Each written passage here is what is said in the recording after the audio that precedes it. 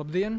Sākam šodienas ierakstu, un šodien mēs parunāsim par būvniecību saistībā ar mūsu, teiksim tā, būvniecības tādu flagmani valsts pusē, valsts nekustamie īpašumi, un mans sarunu biedrs ir Jeļena Gavrilova, valsts nekustamo īpašumu valdes locekle. Labdien! Labdien!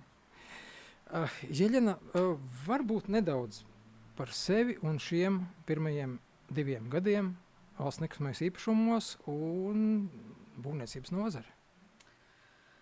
Nu jā, tā nozare kopumā nav viegla, protams, un es pievienojos valsts nekustamiem īpašumiem uzreiz, gandrīz pēc Krievijas izraisītā kara Ukrainā. Tad faktiski karš sākās 24. februārī, es pievienojos 1. maijā. Ja? Tā kā visu to visskaistāko periodu, man liekas, un izaicinošākie jautājumi, tad uzreiz man bija uz galda, jo, ja jūs atceraties, tad bija tas moments, ka gan materiālu piegādi bija problēmas, arī tur cenas strauji, un metāla cenas, un darbinieku algas, un tas viss, protams, tas pirmais pusgads bija izaicinājumiem pils, jo vairāki projekti bija tā kā uz robežas, mums vairākiem projektiem bija tā, ka, ko daram, vai to līgumu laužam, vai tomēr turpinam, un tas bija viens no stāstiem, bija Valmieras drāmas teātris, arī, protams, slavenais jaunais Rīgas teātris, un tad visiem projektiem vajadzēja rast risinājumu, vai turpināt vai neturpināt. Ja turpināt, tad kur papildus finansējumu, jo tur indeksācija nāca klāt. Pirmais gads bija ļoti tāds izaicinošs, es teiktu gads kā 3. Un 23. jau bija tāds mierīgāks, jo tur jau nomierinājās arī tā pati nozare, tas cenas stabilizējas, tur bija atrasti risinājumi. Paldies visam ministriem, jo tur tiešām bija pieņemti ātri lēmumi, kā mēs varam turpināt virzīties ar līgumiem un ar būvniekiem. Un tad, un tad es teiktu, ka tas 23. jau gan nozare, gan man personīgi bija tāds mierīgāks. Jūs tā maigi izteicāties, skaists laiks, un man gribas teikt, tā paņēma, iemeta mani okeānā un peldi tagad. Izpeldējāt.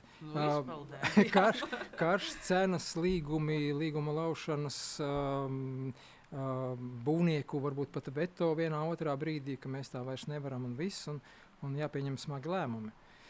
Jā, tā skaitā ne tikai teātris un šeit Rīga objekti, bet arī tādi valstī nozīmīgi objekti, kā robežu būve, tādi šie robežu šķēršošanas vietas, kā Grebņeva, Terehova, Silēne, Pāternieki. Varbūt jau daudz tika izdarīts iepriekš, pirms tam, ja? Bet arī šajos objektos noteikti bija jāpieņem lēmumu un kaut kādas izmaiņas. Protams, gandrīz. Ne gandrīz, bet katrā projektā, katrā objektā, kam bija būvniecības darbi, faktiski visur bija sadardzinājums vai vajadzēja termiņa korekcijas. Jo, kā es jau minēju, tur gan bija materiālu piegādes jautājumi, jo vajadzēja pārprofilēties un pārorientēties, un tas nenotiek tur 2 nedēļu laika. Tur vajadzēja visai pasaulē, visai Eiropai pārorientēties, kur pirkt, kā pirkt, pie kā, vai ir ražošanas kapacitāte tiem citiem piegādātājiem. Jā, tur bija virknē ar jautājumu. Tāpēc tas, protams, ietekmēja katru projektu. Un kaut kur bija tā, ka nebija varbūt problēmas ar materiāliem, bet bija problēmas ar termiņu, un tad vai ar izmaksām, un tad, faktiski katra objektā vajadzēja savu risinājumu, tur visiem tā tu nevari vienu risinājumu pielietot. Katrā ir savs, jā. Arī mums objekti un projekti atšķirās, jo ir objekti par valsts budžetu, par valsts naudu, jā, un ir objekti par Eiropas fondiem, jā, un tur pavisam cits stāsts, jā, ar valsts tomēr budžetu tu vari, vieglāk varbūt tur noargumentēt, un ja likums paredz, tad tur tas papildus finansējums var būt atrasts ātrāk, jā, jo mēs varam noargumentēt un pierādīt, ka tieši tas izmaksas dēļ kara bija. Tad ar fondiem arī ļoti bija diezgan grūti, jā, jo fondi tas tā ir programma, un tev vajag faktiski rīkoties programmas ietvaros. Jā, un tad katram mēģinājām atrast savu risinājumu, un man liekas, visiem veiks, protams, termiņu korekcija bija visiem objektiem, gan tiem lieliem skaļiem, gan arī nelieliem, jā. Vienojamies ar būvnieku, atradam ar katru būvnieku risinājumu, un tad šogad mums kādi 6 projekti būs pabeigti. Protams, viņi varēja būt pabeigti nedaudz ātrāk, bet dēļ kara, diemžēl, dēļ tās situācijas, tas termiņš beidzies.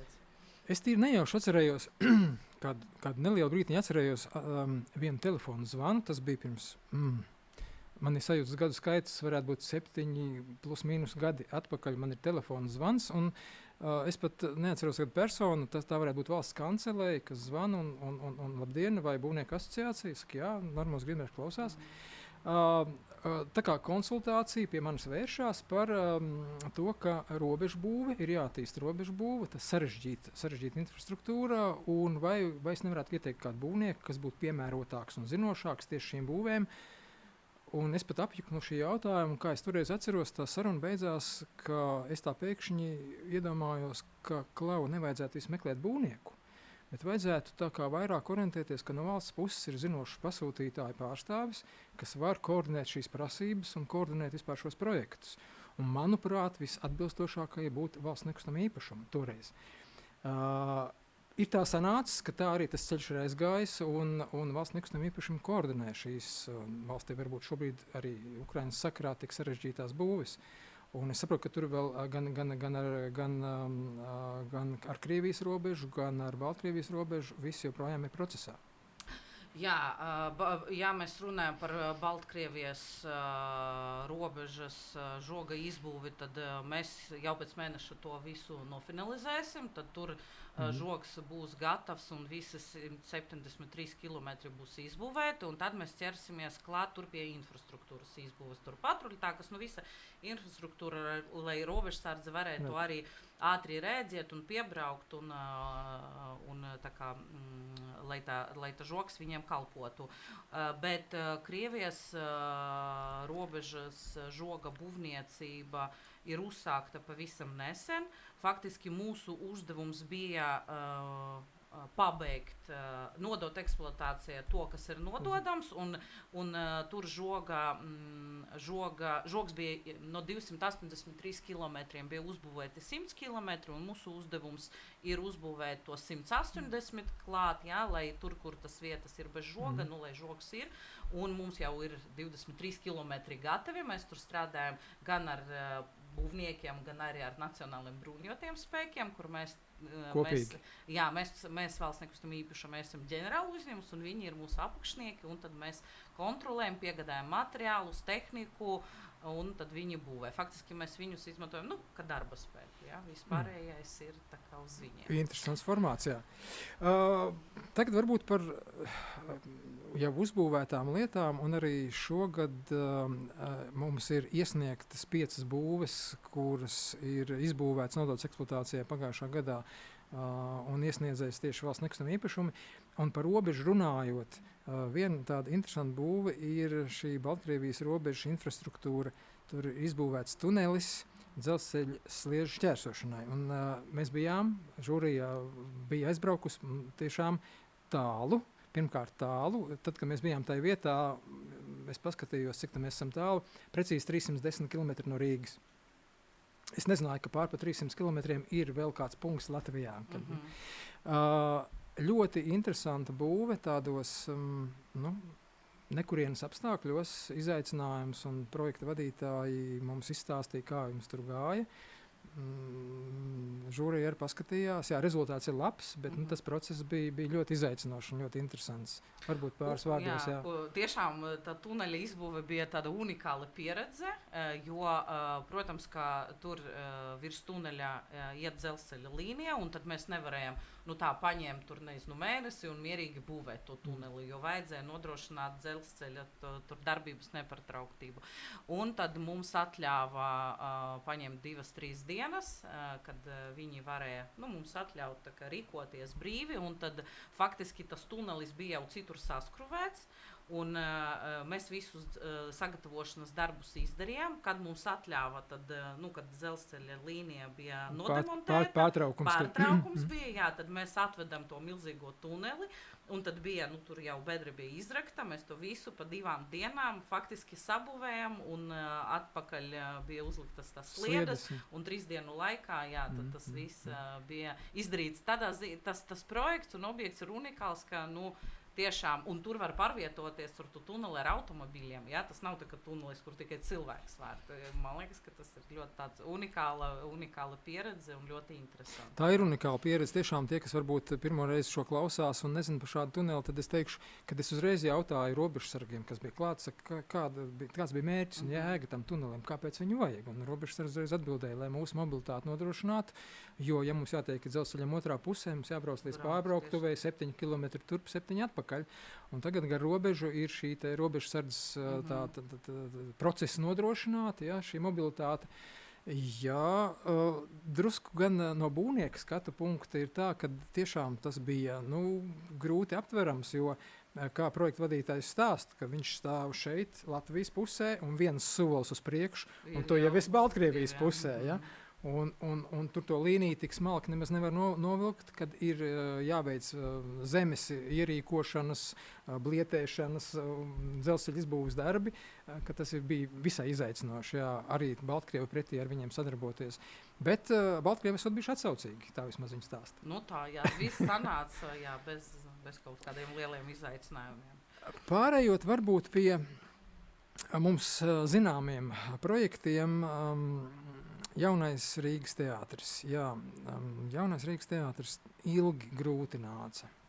Beidzot viņš ir nodots eksploatācijā, un es biju pārsteigts, ka teātris ir ieguvis 2 reizes lielāku platību nekā varbūt bija pirms tam, ka mēs pa viņu staigājam, un vēl mēs visu neesam izstaigājuši, vēl visu neesam apskatījuši.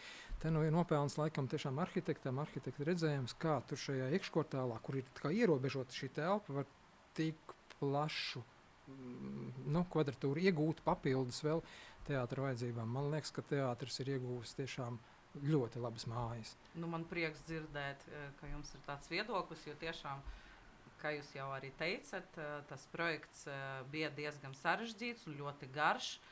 Un tur, man liekas, par Jaunu Rīgas teātri es varu stāstīt, stundām, jo tur pirmkārt, tas projekts pats par sevi bija ļoti sarežģīts, jo ir iekškvartālā būve. Ja? Tu nevari ierīkot normāli būvlaukumu. Ja? No visām pusēm, līdz tikko tu kaut ko gribi, ja? Tad uzreiz blakus mājas, un tur tas efekts, viss tāds negatīvais ir uz to.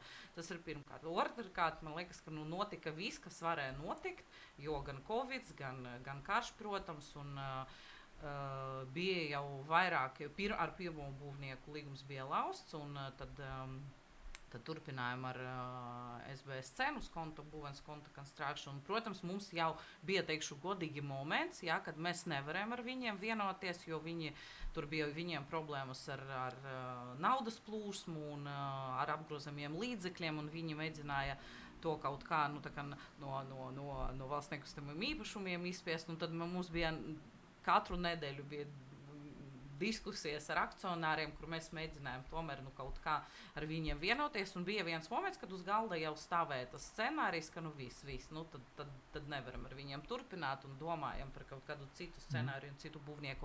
Bet mēs rūpīgi izvērtējam to visu un sapratām, ka tomēr tā līguma laušana ir visdārgākais, un atkal tad teātris nebūs vēl tur 3 gadus vai 4, jā, kamēr tur tas viss.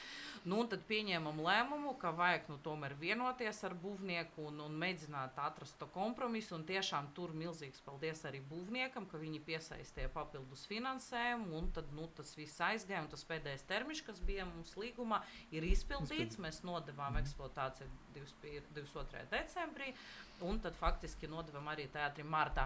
Bet gāja grūti, jo, protams, arī tas objekts ir sarežģīts, absolūti fantastisks tas arhitektu biro Zaigas Gailes birojs. Noteikti tie risinājumi nebija visvieglākie, jā, tur tie risinājumi bija unikāli, jo teātris pats par sevi ir unikāls, un mums ir gan rekonstrukcija, gan jaunā apjoma izbūve, jā, kur vajadzēja arī visas sistēmas kaut kā savienot, lai tas viss vēl ir arī skaisti un funkcionāli. Un tad, protams, kad, man liekas, tas mēs nodevām teātri eksploatēt, tas bija ļoti liels gandarījums, jo tiešām bija momenti, kad jau jau bijām tuvu tam, ka nenotiks, bet tāpēc, tas un prieks dzirdēt. Vēl jau vairāk izdevās, un tā modernā skatuve un lielā plašā skatītāja zāle.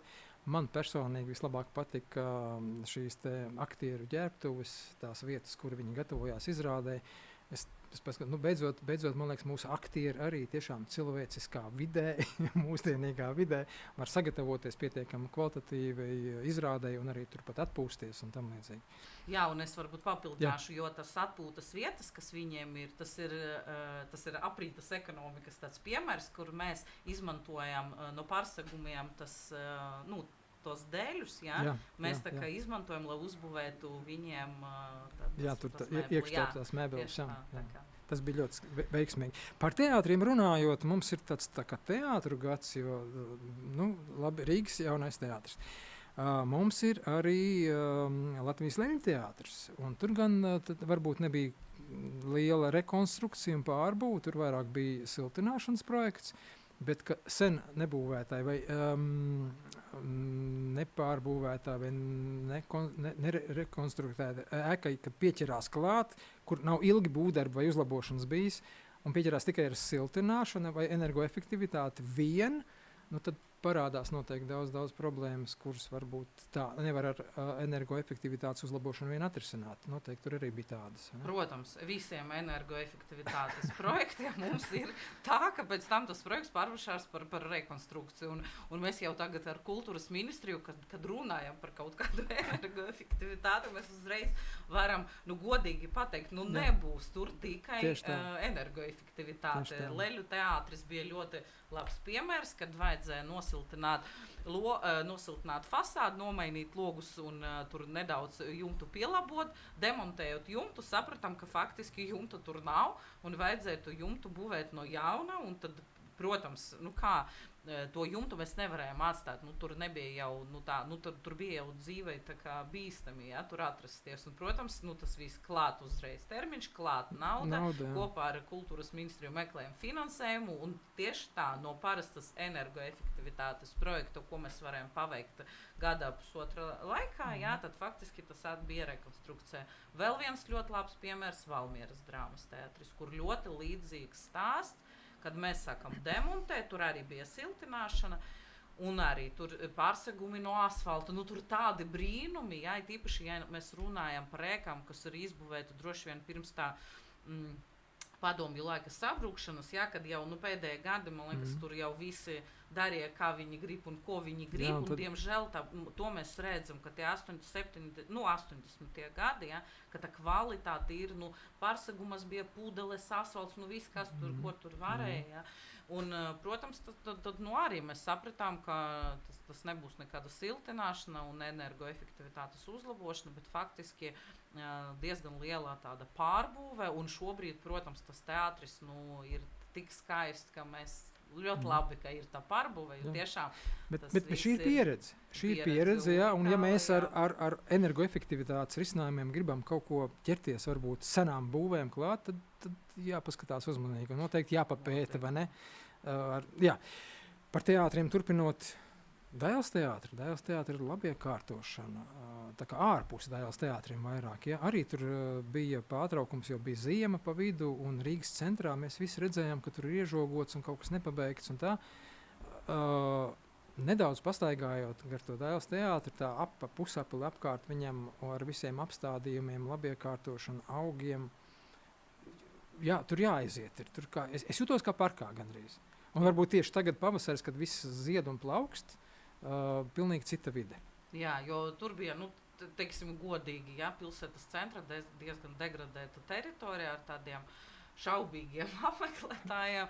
Un, protams, braucot garām tagad, es redzu, ka cilvēki sēž, lasa grāmatas ar bērniem. Man liekas, mums ir patiesi gandarījums par to, kā mēs arī palīdzējam to vidi sakārtot. Un tieši pilsētas centrā var būt tāda forša vieta, kur tu vari atpūsties, paņemt pauzīti un tik un tā izbaudīt to tādu pilsētas to vaibu, bet pasēdēt un atpūsties. Tā interesanti iekrīt pagājušais gads, un 3 teātros ir tādas būtiskas pārmaiņas veiktas, tā kā nodotas eksploatācijā. Vēl viens interesants un ļoti, ļoti būtisks objekts ir Rīgas pils konvents.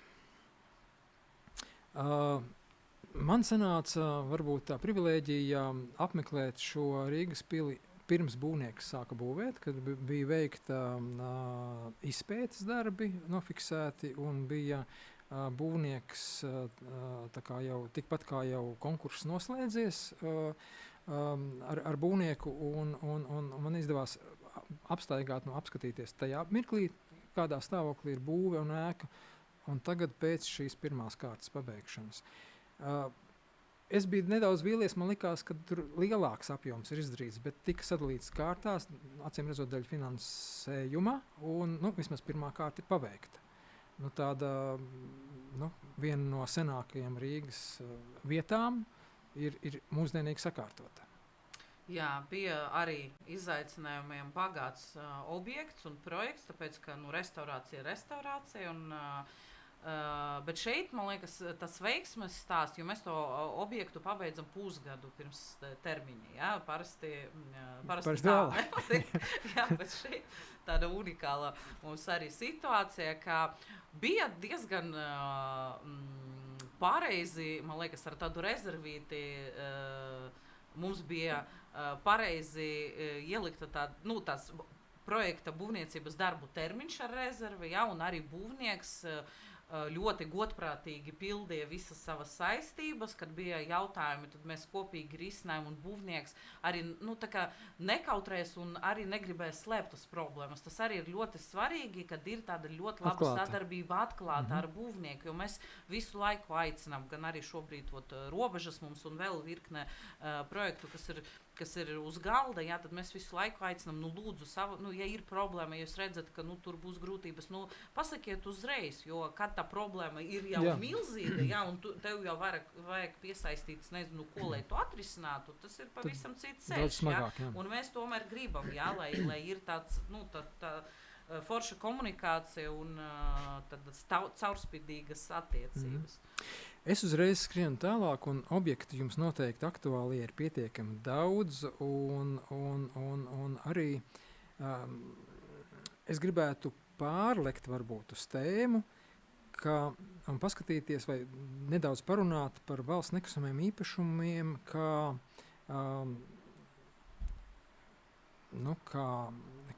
iestāde, kas ievieš jaunas tendences, jaunas tradīcijas, aktuālās jaunās lietas, un nedaudz ielūkojoties jūsu mājaslapā, tur es ieraugu dažādas jaunas vadlīnijas izstrādātas, jau gatavus dokumentus, publiskā sektora biroja izveidas vadlīnijas, kas ir atsevišķi tāda liela būtiska sadaļa.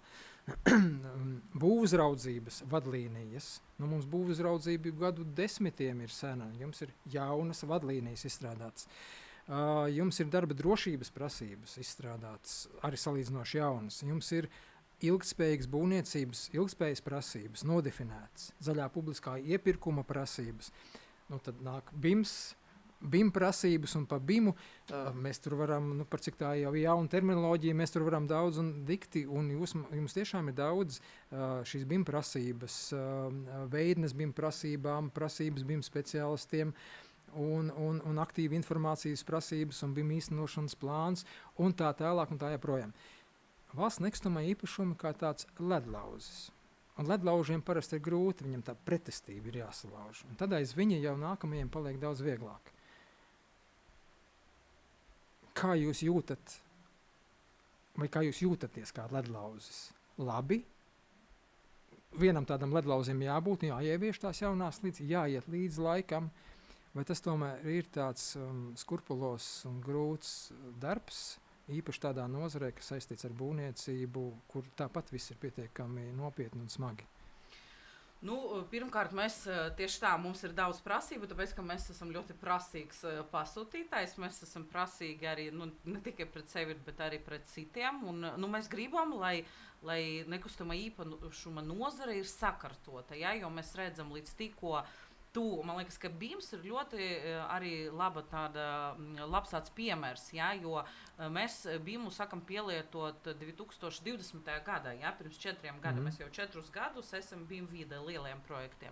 Un, protams, no sākumā bija tā, ka tie būvnieki, tas BIMS, kaut gan nebija tā, ka mēs nedabūjām pretendentus, bet mēs dzirdējām to tādu feedbacku, ka tas ir papildus kaut kāds tur darbs un viss, un tad vajadzēs speciālistus tur piesaistīt, tā papildus izmaksas un tā tālāk.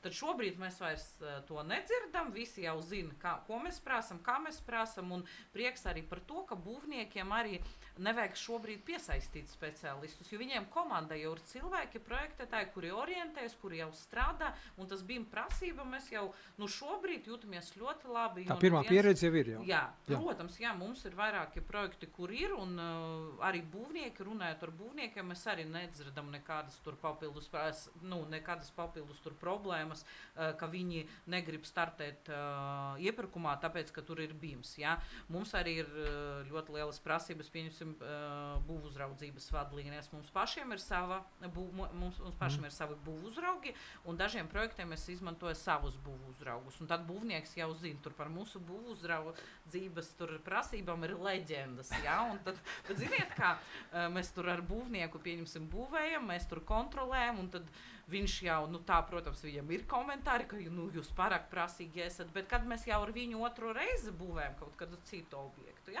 tad viņš jau zina, un viņš jau pielāgo visu, lai mēs visu laiku kaut ko neprasim. Ja? Un man liekas, tikai tā, ja tu prasi, ja tu esi prasīgs, ja tu gribi kaut ko ieviest, un tu tā kā parādi visiem, ka tas viss ir, varbūt no pirmo reizi tev ir sarežģīta, bet otrais tev jau pieredze, un man liekas, ka tā arī vajag darīt. Ja? Un tā nozara, man liekas, ir jau gatava arī gan BIM prasībām, gan visiem, jo lielie, pieņemsim, mēs nerunājam varbūt par valsts un pašvaldību, bet lielie attīstītāji, viņi jau ļoti arī sen prasa to BIM, un tas ir arī tas, ko mēs redzam skatē gadu labākā būve, ka tieši attīstītājiem, kas paši projektē, paši būvē un paši pēc tam to īpašumu realizē, viņi saprot BIM priekšrocības, viņi saprot, ka šeit ir ļoti būtiska, šis ļoti labs instruments, lai celtu kvalitāti, lai produktivitāti celtu, drošību, un viņi tiešām ir ieinteresēti un māca savus speciālistus ievieš šos rīkus. Es nedaudz gaidu, varbūt ātrāk, ka to arī citas valsts un pašvaldības ieviesīs un sapratīs, bet varbūt arī mūsu saruna ir kā tāds aicinājums pašvaldību cilvēkiem, valsts pusē esošiem pasūtītājiem saprast, ka visa informācija ir iespējams atrast valsts nekustamā īpašuma mājaslapā, kur ir visas šīs prasības, un viņas var izmantot jebkurš pasūtītājs savos projektos, savos iepirkumos, ka tas jau ir sagatavots šīs prasības, un katrs var piemērot pēc savas vajadzības un izpratnes un nepieciešamības. Protams, jo mēs esam gatavi konsultēt, palīdzēt, un mēs arī to daram jau ļoti ilgi, ja kādam ir kaut kāda vajadzība, vienmēr var pie mums atnākt, un mēs visu izstāstīsim, jo BIM, kāpēc ļoti svarīgi BIM izmantot, man liekas, ka varbūt tev vajadzēs vairāk laika projekta izstrādes laikā, tad faktiski tās posms būs baigi tāds detalizēts, bet noteikti vieglāk būs būvēt, jo BIMs jau var tev palīdzēt izķert kaut kādas tur lietas, kur pieņemsim, uzbūvēt vispār, tu to varēsi saprast tikai tad, kad tu uzbūvēsi, un pēc tam ir krietni dārgāk tu visu. Tāpēc, man liekas, tas BIM svarīgums un būtiskums tiešām, varbūt līdz galam nav novērtēts. Un otrais jautājums, ja tev ir BIM, tev arī krietni vieglāk apsaimniekot to ēku, jo tu pēc tam redzi, kur kas ir, un ja tev kaut kas tur ir noticis ar, no eksploatācijas laikā ar objektu, tad tu jau vari saprast un redzēt visu, ja? Tas ir unikāls instruments, kas varbūt prasa papildus resursus, bet tas noteikti ir tāds ieguvums. Mēs attīstamies, Latvijā attīstamies diezgan strauji. Ja vien brīdi bija tāda varbūt netika ātri tā attīstība, tagad es redzu, kad ir strauji tiešām gan attīstītāji, gan, šobrīd, man liekas, ir nākamais posms, ka šiem te apsaimniekotājiem vajadzētu vairāk sekot līdz, kas un kā notiek, jo tieši šis tas beidzamais posms, ka ēka ir gatava, un ir tas ilgākais apsaimniekošanas un eksploatācijas posms, ka tur šī digitālā informācija, kas ir iegūta projektējot un būvējot, ir ārkārtīgi svarīga, un ir digitāli rīki, kas palīdz apsaimniekot un eksploatēt šīs ēkas.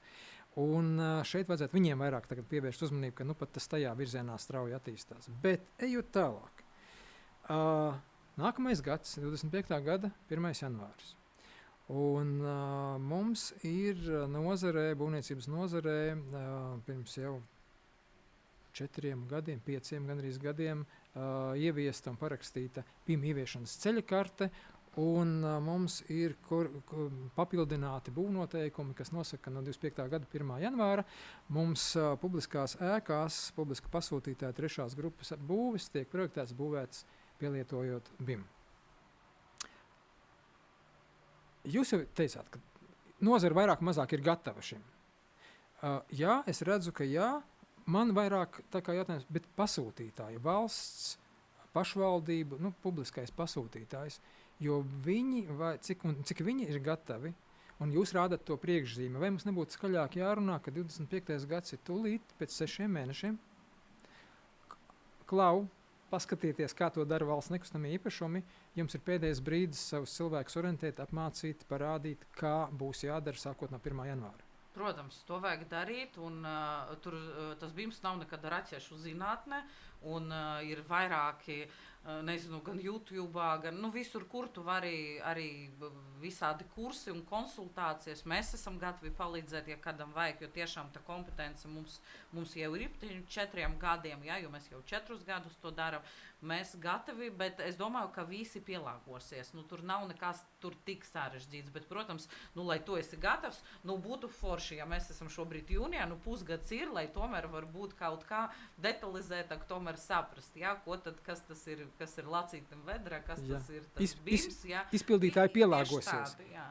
Tam prasītājiem jāiemācās prasīt, definēt. Jā, tieši tā. Visiem vajag pielāgoties un saprast, bet es domāju, ka tas, man liekas, ka nevajag tur pārdzīvot, jo tas noteikti līdz tikko pirmais projekts būs realizēts, tad visi sapratīs, cik ļoti forši tas ir, jā, ka tu vari to digitālo dvīņi redzēt, jā, saprast, pēc tam tie visi risinājumi, tu vari izstaigāt to ēku, jā, tu izmantot, vari saprast, jā, vai kur ir ērti, kur nav ērti, kādas krāsas, kā tur pareizi, tur, nezinu, inženieru tiklus, kur ieviet. Tā unikāla pieredze, un man liekas, ka vajag tikai vienu reizi pamēģināt, un tad visi būs tādi fani tam BIMam. Jā, tā ir, un tie, kas pamēģina, tie tiešām ir fani, un mūsu laiks ir ātri aizskrējis, un es pie šī punktiņa gribētu varbūt arī tā finišēt, ka valsts nekustamie īpašumi savā ziņā būvniecības nozare ir tāds ledlauzis, un es nekautrējos to teikt, un lepojos, ka mums ir tāda valsts nekustamie īpašumi tāds ledlauzis, kas ievieš jaunās tehnoloģijas, jaunās prasības, jaunās vadlīnijas izstrādā. Tikai tādā veidā mēs varam valstī attīstīt straujāk šīs lietas, sakārtot, prasīt, lai valsts nekustamiem īpašumiem izdodas šo iesākto ceļu turpināt, to ledlauzi stingri virzīt tālāk, jo 1. janvārs, kur mums prasīs BIMu pielietot, tas jau ir tikai tāds sākums šim jaunam ceļam. Tālāk mums nāk dažādas šīs dimensijas, ko mēs BIMā varam izmantot, un mēs varam plānot laiku, mēs varam plānot naudu, mēs varam dažādas vizualizācijas, simulācijas izmantot. Un faktiski pasūtītājiem ir jāsaprot, jāmācās līdzi un jāmāk to prasīt, definēt, lai tad jau izpildītājs, būvnieks, arhitekti, inženieri, lai to varētu arī iedot. Un tad mēs varam, es prognozēju, ka tad mēs ieraudzīsim, ka Latvijā būvniecībā statistika rādīs, ka produktivitāte ceļas, kvalitāte ceļas. Mēs ļoti ceram, ka tā arī būs, jā. Paldies! Šodien sarunā bija, mēs runājām par būvniecību ar Jeļenu Gavrilovu, valsts nekustamo īpašumu valdes locekli. Sarunu vadīju es, Normons Grimbergs, Latvijas būvnieku asociācijas vadītājs. Paldies un uz tikšanos citos formātos!